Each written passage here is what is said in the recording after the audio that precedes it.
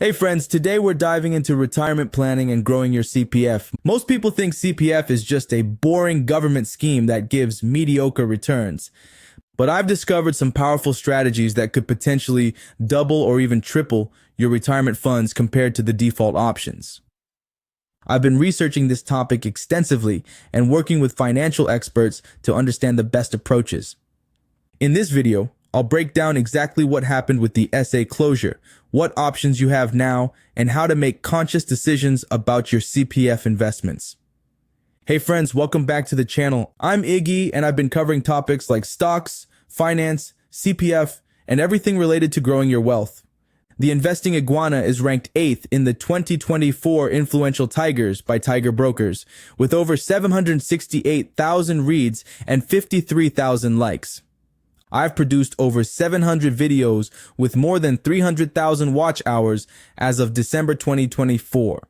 I also focus on regional and world economy topics. Let's start with something that's been causing a lot of confusion: the recent CPF special account closure for those over 55.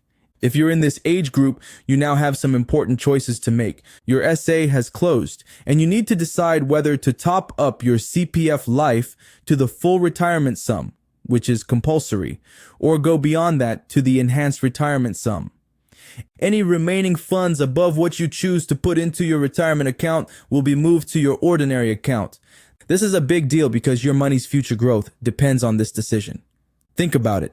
The difference between earning 2.5% in your OA versus 4% in your RA over 10, 20, or 30 years is massive. For just $10,000, that difference compounds dramatically over time. But here's where most people get stuck. They don't make a conscious decision. They just let things happen by default. Are you one of those people? I know I've been guilty of this in the past with some financial decisions. The first key strategy I want to share is making conscious decisions about your CPF. This sounds simple, but it's powerful. Many Singaporeans, even financially savvy ones, don't actively think about their CPF strategy. They just let the money sit there without considering if it's working hard enough for them. Ask yourself, have you engaged a retirement consultant? Do you have a plan in place for your future self? What's your CPF life preference as you approach 55? How much monthly income is enough for your retirement? And are you comfortable with the retirement quality if you choose to do nothing today? These questions might seem overwhelming, but they're essential for taking control of your financial future. Remember, not making a decision is actually making a decision to accept whatever default outcome happens. Now let's talk about something that might surprise you: the CPF Investment Scheme, CPFIS. Did you know that over 1 million Singaporeans already have CPFIS accounts? The amount invested jumped from around 19 billion to 27 billion recently. That's a significant shift. Why are people moving their money? Because they've realized that the 2.5% OA interest rate might not be enough, especially when you consider inflation.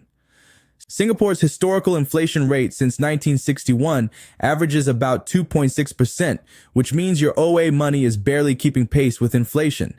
And in the last 4 years, inflation has averaged 3.9%, meaning your OA balance has actually been losing purchasing power by about 1.4% per year in real terms.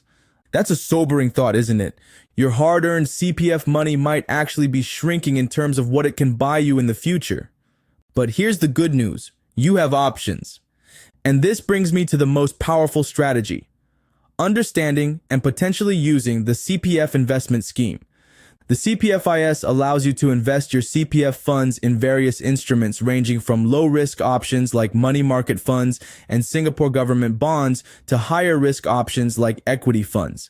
The key is finding what's suitable for your risk tolerance and investment horizon. Now, I'm not saying everyone should rush to invest their CPF. It's a personal decision based on your circumstances, but you should at least understand your options. Are you wondering if investing your CPF is too risky? That's a common concern. But here's something interesting. When you look at long-term market returns, the picture changes dramatically. Joel from Dimensional Fund Advisors shared some eye-opening data during a recent webinar. If we look at global fixed income markets over the past 20 plus years, they've returned about 3% in Singapore dollar terms, already better than the 2.5% OA rate. And if we go back further, it's closer to 5%. For equities, the MSCI World Index representing developed markets globally, has turned $1 into over $4 over the same period. That's significantly more than what you'd get from the guaranteed 2.5%. Of course, there's volatility with market investments, but here's the key insight. The longer your investment horizon, the less volatility matters.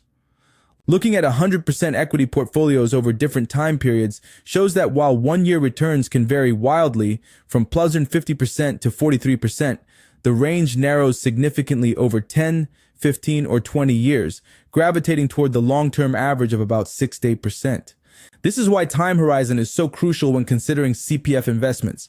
If you're 30 years old and invest just $200 monthly from a $20,000 CPF OA balance, that could compound to $600,000 $1 million by age 70, depending on your returns. Does that sound too good to be true? I get it. We've all heard investment pitches that promise the moon. But this isn't about chasing unrealistic returns. It's about harnessing the power of compounding over decades. Have you been thinking about your CPF purely as a retirement scheme rather than an investment opportunity? Many of us fall into this mindset trap. Another crucial strategy is diversification. As Joel explained, no single market consistently outperforms. The US has done exceptionally well in recent years, but from 2000-2009, it returned just 1%, while emerging markets delivered around 10%. Nobody knows which market will lead in the next decade. This is why broad diversification across global markets is so important. It's not about picking winners, it's about being positioned to capture returns wherever they occur. Speaking of diversification, let me tell you about some interesting investment options now available for CPF. Companies like Dimensional and Amundi offer funds specifically approved for CPF investment. Dimensional uses a systematic investing approach, focusing on factors that historically deliver higher returns, like company size, relative price, and profitability. Their funds are broadly diversified, often containing 10,000 plus securities. Amundi, one of the world's top 10 asset managers, offers passive low-cost index funds that provide broad market exposure. These institutional quality options weren't widely available to CPF investors until recently. Now, for those approaching or over 55, you have some specific decisions to make. Albert, the CEO of Amundi South Asia, shared his personal approach during the webinar. He's considering whether to top up to the enhanced retirement sum, about $426,000, which would provide about $3,000 monthly for life from age 65 or $4,200 if he defers to age 70. But he emphasized looking at your retirement holistically. CPF is just one component alongside your properties, cash, and other assets. You need to consider everything together and adjust for inflation when planning. For those at age 50 wondering about strategy, consider your time horizon. You still have 15 plus years before typical retirement age, which is plenty of time for a diversified investment approach.